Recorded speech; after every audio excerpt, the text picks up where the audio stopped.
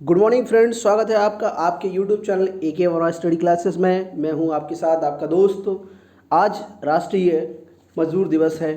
इसके साथ आपके इस चीज़ के बारे में हम आपसे चर्चा करेंगे, ये कैसे इसकी शुरुआत हुई, इसका क्या ऐतिहासिक कारण रहा और वर्तमान स्थिति में इसकी क्या भूमिका है।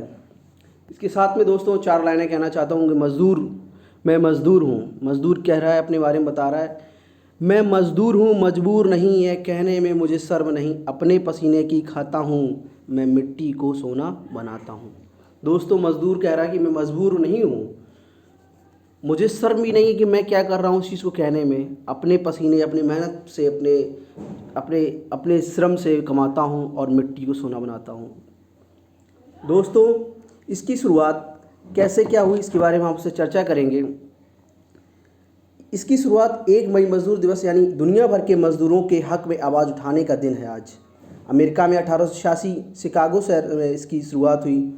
वहाँ पे क्या हुआ कि दोस्तों वहाँ के लोगों ने, वहाँ के मजदूर वर्ग ने आंदोलन शुरू किया कि वहाँ पे लोगों को शोषण किया जाता था कि आप 12 घंटे काम करें, आप 14 घंटे काम करें। उनकी आर्थिक सामाजिक उन चीज़ों के बारे में कोई नहीं सोचता था, ना उनके बारे में कोई बात करता था।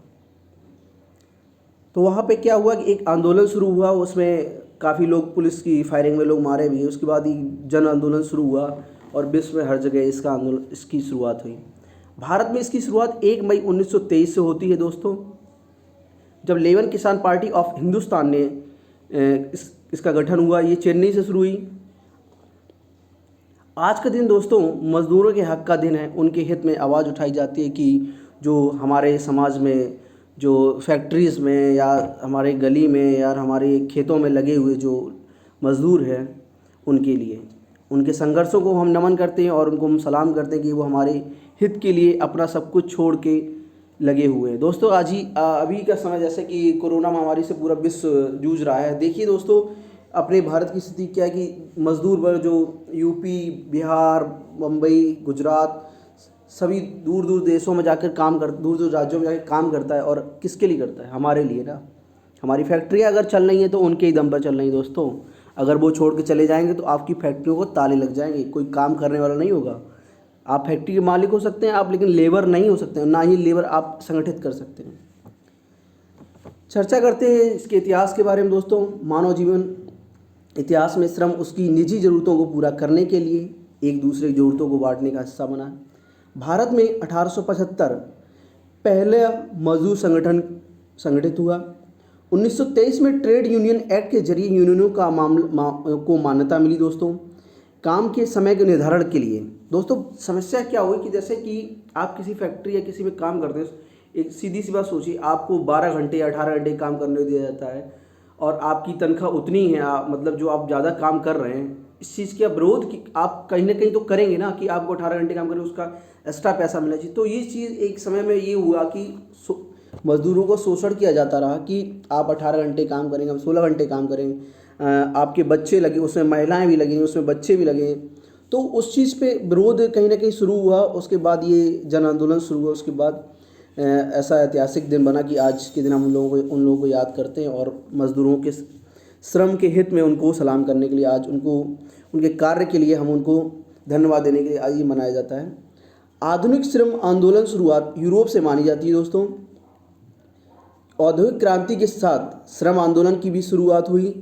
ऐसा क्यों हुआ दोस्तों? औद्योगिक क्रांति के साथ कृषि क्षेत्र में रोजगार के अवसर कम हुए, जबकि औद्योगिक क्षेत्र में अधिक से अधिक काम मिलने लगा। फैक्ट्रीज में काम मिलने लगा, फैक्ट्रियाँ लगेंगी तो लोग वर्क करेंगे तो दोस्तों क्या होगा, शोषण कहीं ना कहीं होने लगता है लोगों का कि आप इतने समय काम करें। तो वो हित को जगाने के लिए इन चीज़ों का हुआ। अमेरिकी आंदोलन का नारा था दोस्तों कि 8 घंटे काम करेंगे, 8 घंटे आराम करेंगे और 8 घंटे मनोरंजन करेंगे। ये दोस्तों नारा इसलिए दिया गया था कि हम लोगों का एक शेड्यूल होना चाहिए कि कितने समय में क्या करना है। 1881 की बात करते हैं, ब्रिटिश शासकों ने औद्योगिक कानून बनाया। 1881 में ही मेघजी लोखंडे ने एक सम्मेलन बुलाया था। उसमें क्या था दोस्तों, मजदूरों की दशा के सुधार के लिए की चर्चा करने के लिए, उनको कैसे उनको आर्थिक और उनके सामाजिक स्तर को हम लोग सुधारें। साथ ही उनके साप्ताहिक जो अवकाश, अब जैसे अभी वर्तमान परिवेश में हम देखते हैं कि संडे को छुट्टी रहती है और और स्कूल्स में या स्कूल का तो नहीं कह सकते, लेकिन फैक्ट्रीज़ में ऐसे। और उनको एक 1907 में एक डाक संघ का स्थापना हुई दोस्तों। उसके बाद 1917 में सोवियत क्रांति के बाद मजदूर आंदोलन जो है ना तेज हुआ दोस्तों। 1920 में Indian national trade union Congress की स्थापना होती है। भारत में ट्रेड यूनियन को संवैधानिक मान्यता मिलती है। अब बात करते हैं आज़ादी के बाद क्या स्थिति होती है भारत की। कुछ सुधार तो होते हैं दोस्तों, लेकिन पूर्णतः सुधार नहीं होते हैं। भारत की आज़ादी के बाद अभिन्न परिवर्तन हुए, जिसमें मजदूरों की आर्थिक स्थिति, सामाजिक स्थिति हुए आमूल परिवर्तन तो हुए दोस्तों। क्या है कि जो मजदूर जो है दो क्षेत्रों में काम करता है, एक संगठित क्षेत्र होता है, असंगठित क्षेत्र होता है। संगठित क्षेत्र में लगभग बात करें तो 7% ही जो मजदूर वर्ग काम करता है, और अगर बात करें असंगठित क्षेत्र की, वहाँ 90% काम करता है दोस्तों। संगठित क्षेत्र क्या है? संगठित क्षेत्र में वे कारखाने, उद्यम, उद्योग, स्कूल, अस्पताल और इकाइयाँ शामिल हैं जो सरकार के साथ रजिस्टर्ड हैं। इसमें दुकानें हैं, क्लिनिक है, कार्यालय भी शामिल है जिनके पास औपचारिक लाइसेंस होते हैं। ओके।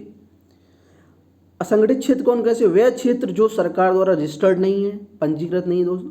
यह छोटी छोटी और बिखरी हुई इकाइयाँ हैं जो अधिकांशतः सरकारी नियंत्रण से बाहर होती हैं। इस क्षेत्र के नियम विनियम के बारे में कोई ठोस चीज़ें नहीं होती हैं। इसमें 90% लोग काम करते हैं जिन तक सरकारी नीतियां नहीं पहुंचती हैं, वहाँ शोषण होता है दोस्तों। देश में बात करते हैं कामगारों की स्थिति क्या है। लगभग 46.5 करोड़ जो है मजदूर कामगार है। उसमें संगठित क्षेत्र में जो है वो है 2.8 करोड़, और वही असंगठित क्षेत्र की बात करें वो है 43.7 करोड़। लगभग एक आंकड़ा है ये दोस्तों, सही आंकड़े तो नहीं पहुंच पाते, लेकिन एक अप्रॉक्स बात करते हैं। तो उसमें कृषि क्षेत्र में 24.6 करोड़ है लगभग, और निर्माण क्षेत्र में 4.4 करोड़ है। बात करते हैं दोस्तों बाल मजदूर की स्थिति क्या है। 2011 की जनगणना के अनुसार 5 से 14 साल के बाल मजदूरों की संख्या लगभग 44 लाख है दोस्तों, मायने रखता है। यह तो सरकारी आंकड़ा है, बाकी आंकड़ों की जानकारी तो पहुंच ही नहीं पाती दोस्तों। 5 से 14 साल के जो बच्चे होते हैं वो 44 लाख में लगभग, और ये 5 करोड़ मजदूर लगभग इस तरह काम करते हैं। भारत देश गाँव का देश है दोस्तों। भारत की आबादी लगभग इसमें 6,40,932 गाँव हैं। भारत की आबादी लगभग 133 करोड़ समथिंग है, और इसका क्षेत्रफल लगभग 32,87,263 जो है एक एरिया है। क्या है दोस्तों, सोशल सिक्योरिटी एक्ट 2008 में जो पास हुआ, क्या है कि घर में काम करने वाले जो हमारे अब मजदूर क्या होते हैं, मजदूर तो वो है ना जो घर में आपके सफाई करने आता है, बर्तन धोने आता है, खुद का छोटा बिजनेस करता है, जो रजिस्टर्ड नहीं, मैंने जैसे कि आपको बता दिया है। ये क्या है, अधिनियम सर 1952 के अनुसार मातृत्व लाभ अधिनियम जारी हुआ। 1961 का ग्रेचुइटी का लाभ भुगतान अधिनियम लागू हुआ। 1972 जैसे कानून के दायरों में नहीं है, लगभग आते हैं, वो भी असंगठित क्षेत्र में है। महिलाओं का भी बहुत ज़्यादा योगदान, जैसे सिलाई है, कढ़ाई है, पापड़ बनाना और घरों में बर्तन धोना, ये सब चीज़ों में महिलाओं का भी अहम योगदान है। तो दोस्तों क्या महिलाओं के लिए भी बहुत ज़्यादा ये सब इन चीज़ों में काम हुआ। जैसे मातृत्व लाभ योजना की शुरुआत हुई। साथ ही सरकारी योजनाओं की बात करते हैं दोस्तों। इसमें है सरकारी योजना इसीलिए दी गई ना कि सरकार जब उन चीज़ों में हस्तक्षेप करेगी तो उनको उन चीज़ों का लाभ मिलेगा, और एक शेड्यूल होगा कि नहीं आप इस तरह काम करेंगे, ये छुट्टी होगी ऐसे। इसमें इंदिरा गांधी वृद्धावस्था पेंशन योजना है, इसमें पेंशन के बारे में व्यवस्था दी गई है। राष्ट्रीय परिवार लाभ योजना, जननी सुरक्षा योजना, हैंडलूम कामगार व्यापक कल्याण योजना, हस्तशिल्प कारीगरी की व्यापक कल्याण योजना, राष्ट्रीय स्वास्थ्य बीमा योजना। दोस्तों कारखानों में जो ट्रेंड मजदूर होते हैं उनको उस हिसाब से तनख्वाह देना। कानून उल्लंघन में मालिक को जो 6 महीने, कुछ श्रम सुधार में ये चेंजमेंट किया गया, जो कानून उल्लंघन था, मालिक को 6 महीने जेल थी, वो ख़त्म कर दिया है। उससे क्या है कि वो हो जाता था कभी कभी ऐसे कोई कारणवश मजदूर कुछ समस्या हो जाती तो उसको मालिक को, इससे फैक्ट्रियाँ बंद होती तो उसमें कहीं ना कहीं लूज़ भी किया गया उस कानून को। तो उस बिहार पे ये चीज़ ठीक है, लेकिन मज़दूरों के लिए भी बहुत सारे अब कानून बन गए हैं जिसमें उनको एक समय निर्धारण किया जाता है कि इस समय आपको काम करना है, ये सब चीज़ें। मातृ लाभ योजना में सुरक्षा उनकी छुट्टी का प्रावधान 26 सप्ताह के किया, और उस समय जब जब महिला जब किसी काम में लगी होती, जब वो प्रेग्नेंट होती, तो उसके दौरान उसको 26 सप्ताह की छुट्टी का प्रावधान है। साथ ही उसको पूर्ण वेतन देने का भी उसमें प्रावधान, कि आप ये नहीं छुट्टी है तो उसका वेतन काट लेंगे, नहीं, उसका पूरा ये सब मिलेगी। साथियों, हमें अपने घरों में, अपने फैक्ट्रियों में, जहाँ भी जो हमारे मज़दूर हैं उनका सम्मान करना चाहिए, क्योंकि वो अपने घर परिवार को छोड़कर आपकी फैक्ट्री, आपके परिवार की पालन पोषण, कहीं ना कहीं आप उनसे कमा तो रहे हैं ना, आपका ही तो लिए वो कर रहे हैं, उनका पर्सनल बेनिफिट है, लेकिन आपका उसमें कुछ ज़्यादा है। तो उनका सम्मान करिए, उनकी हर एक व्यवस्थाओं को पूरी करिए, उनकी सामाजिक, आर्थिक, शैक्षणिक रूप से उनको भी सक्षम बनाइए। वर्तमान समय में कोरोना ऐसी महामारी से जो मजदूर यहाँ से पलायन कर रहे हैं एक राज्य से दूसरे राज्य, उन चीज़ों को समझिए कि उनके जाने के बाद आपकी क्या दशाएं होंगी। साथ ही उनको जैसे आप कैसे भी कोशिश करिए, उनको मनाइए, फुसलाइए और उनके खाने पीने रहने की सारी व्यवस्था करिए। थैंक यू दोस्तों, आज का मेरा ये वीडियो कैसा लगा प्लीज़ बताएं, और सब्सक्राइब करें आप अपना channel AK Verma study classes, like करें, सब्सक्राइब करें एंड शेयर करें। Thank you. जय हिंद, जय भारत।